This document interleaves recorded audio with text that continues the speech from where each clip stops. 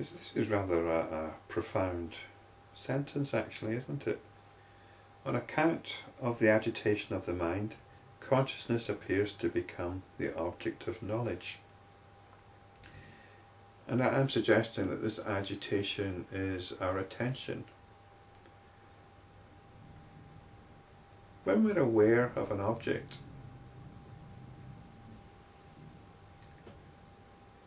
what's the relation of our awareness to the object?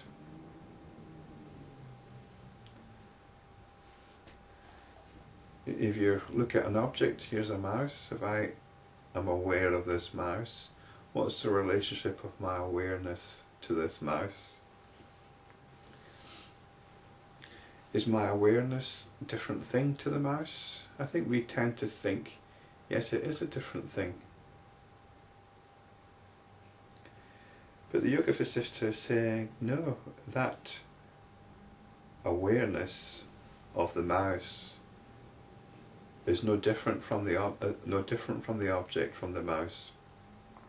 But what's happening is we are now creating, having become aware of the mouse, we then create the notion of some kind of external object, some kind of object that is external to our consciousness, to our awareness. And at the risk of, there's a risk of getting too philosophical about this.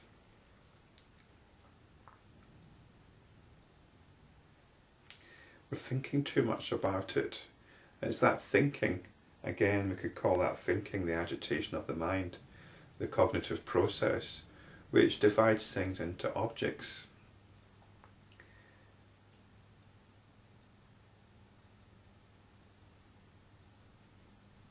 When I look at the mouse, if I don't think about it, then I can't actually say that there's anything there. It's only when I start thinking about it that I can say, yes, there's a visual sensation of colours and certain colours, certain shape, and then I'll refer back to my memory and I'll say, yes, these colours and that sort of shape is what's called a computer mouse, and I use this mouse with my computer and it's very useful. It's got a few little quirks to it, and the whole cognitive process has kicked in now, and there's an actual object there.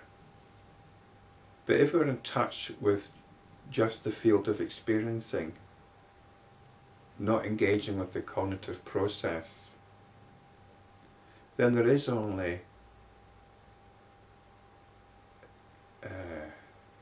awareness there. There's only awareness. There's nothing else. And through the cognitive process, which I think in this case would be the agitation of the mind, that awareness takes the form of objects, of things, and when that happens, there's a sense of distinction, of separateness between these things and ourself.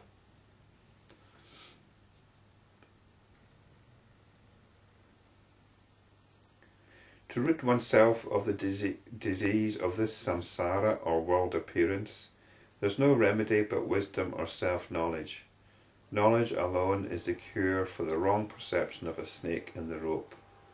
When there is such knowledge, then there is no craving in the mind for sense pleasure, which aggravates the ignorance. Hence, if there is craving, do not fulfill it. What difficulty is there in this?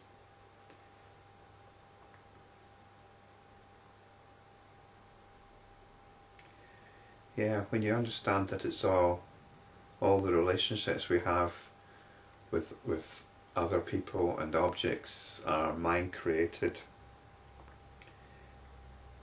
then craving should diminish. But if they don't have that realization that it's all mind created, then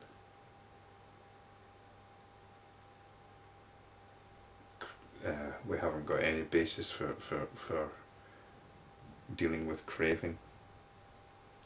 When the mind entertains notions of objects, there is agitation or movement in the mind. And when there are no objects or ideas, then there is no movement of thought in the mind. When there is movement, the world appears to be. When there is no movement, there is cessation of world appearance. The movement of thought itself is called jiva, cause and action. That is the seed for world appearance.